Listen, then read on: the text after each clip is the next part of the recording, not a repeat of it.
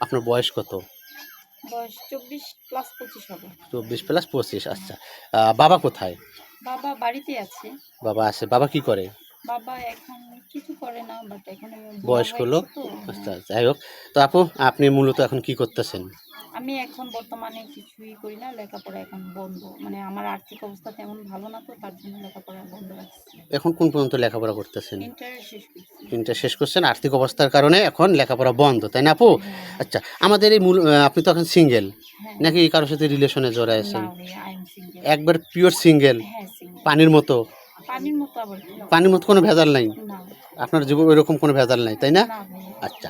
তো যাই হোক, আপনি আমাদের এই প্রতিবেদনে কেন এসেছেন? হেল্পের জন্য নাকি নতুন করে একটা জীবনসঙ্গী চাচ্ছেন বা বিয়ে ভাই করার জন্য? আমি আপনাদের এই অফিসে আসছি একটু হেল্পের জন্যই, যেহেতু এখনো আমার বিয়ে শাদী হয়নি, আর তাছাড়া আমার আর্থিক অবস্থা তেমন ভালো না। আর জানেনই তো, আমাদের রংপুরে মেয়েদের বিয়ে হইতে গেলে লাখ লাখ টাকা যৌতুক চাই, কিন্তু আমার বাবার এমন সামর্থ্য নেই। আপনাদের এলাকায় তো যৌতুক ছাড়া বিয়ে হয় না। হ্যাঁ, হ্যাঁ। তো আসলে আপনার কি দেশের থেকে বা বাড়ির থেকে কোনো ঘর আসে না, বিয়ের ঘর আসে না, সম্বন্ধ আসে না?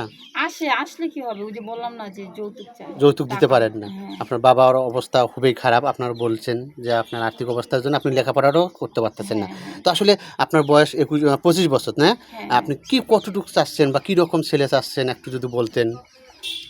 আসলে কি ভাই, টাকা পয়সা দেয় কিন্তু সব কিছু হয় না, কিন্তু একটা যদি ভালো মনের মানুষ পাই, এটাই হচ্ছে সব কিছু, বুঝছেন? ভালো মনের মানুষ বুঝবেন কীভাবে? সবার মাথার চুল তো কালো। কে ভালো কে মন্দ বুঝবেন কীভাবে? সেটা ঠিক আছে, বোঝা যায় না, তারপরও ভাগ্যে যা আছে তাই হবে। তাই হবে। টাকা পয়সা কোনো চেহারা দিয়ে তো কোনো ব্যাপার বুঝতেছেন না। চেহারা দিয়ে সবকিছু হয় না, শুধু চাচ্ছেন ভালো টাকা একটা, দিয়েই মানুষের সবকিছু হয় না। শুধু ভালো একটা মনের মানুষ চাচ্ছেন যে আপনাকে হ্যাঁ, ভালোবাসবে, টেক কেয়ার করবে, তাই না আপু? হ্যাঁ। বয়সও কোনো ব্যাপার না। আচ্ছা, কোন বয়স 30-35 এমন হতে হবে। 30-35? আচ্ছা, হ্যাঁ, 30-35 বলছেন। 30-35 কোনো ভাই কিন্তু এখন সিঙ্গেল থাকে না। সেটা ঠিক আছে। অথবা তার ওয়াইফ মারা গেছে বা চলে গেছে, এইরকম কোনো ভাই যদি আমাদেরকে নক করে আপনার জীবনে আসে, আপনি কি মেনে নিবেন? এটা ভাগ্যের উপর ডিপেন্ড করবে। না, তারপর আপনি যদি আসে তো মেনে নিবেন তো? অবশ্যই নিব না কেন? আচ্ছা, ওই ভাই যদি ওয়াইফ বা যে একটা বেবি থাকে তখন? সমস্যা নাই, এটা হচ্ছে ভাগ্যের বিষয়, বুঝছেন?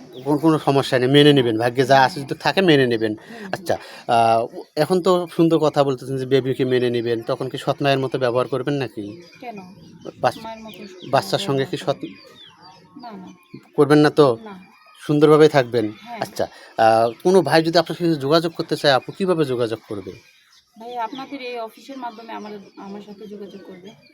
আমাদের সঙ্গে যোগাযোগ করলে আপনাকে পাবে, তাই না? হ্যাঁ, হ্যাঁ। সুপ্রিয় দর্শক, আসলে পপি আপু সুন্দর একটা কথা বলেছে। ওনার কোনো পার্সোনাল নাম্বার নেই, যোগাযোগের কোনো সিস্টেম নেই, কারণ ওনার অবস্থা একেবারেই খারাপ, দুর্বল। তো যাই হোক, কেউ যদি পপি আপুর সঙ্গে যোগাযোগ করতে চান এবং ওনার সঙ্গে কথা বলতে চান, তাহলে এই মুহূর্তে ডিসপ্লেতে একটি নাম্বার দেখা যাচ্ছে। এই নাম্বারটি ইউটিউব চ্যানেল কর্তৃপক্ষের। এই নাম্বারে ইমো, হোয়াটসঅ্যাপ খোলা আছে।